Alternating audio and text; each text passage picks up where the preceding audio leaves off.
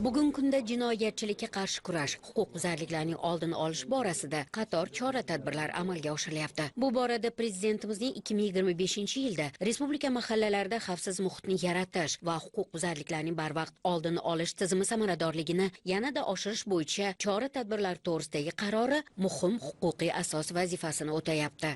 Toshkent viloyatining Zangeta tumanida topshiriqlar ijrosini ta'minlash maqsadida prokuratura va ichki ishlar boshqarmasi xodimlari tuman shaharlarga biriktirilib, kriminogin vaziyati og'ir bo'lgan qizil toifadagi mahallalar to'liq qayta o'rganib chiqildi. Manzilli yo'l xaritalari asosida har bir mahallaga huquq-tartibot organlari boshliqlarining o'rinbosarlari nomma-nom biriktirilib, ularning xizmat vazifasi belgilab berildi. Prokuratura, ichki ishlar, Milliy gvardiya va boshqa tegishli xizmat vakillari tomonidan qo'shma qaror qabul qilinib, muvofiqlashtiruvchi shtab faoliyati yo'lga qo'yildi.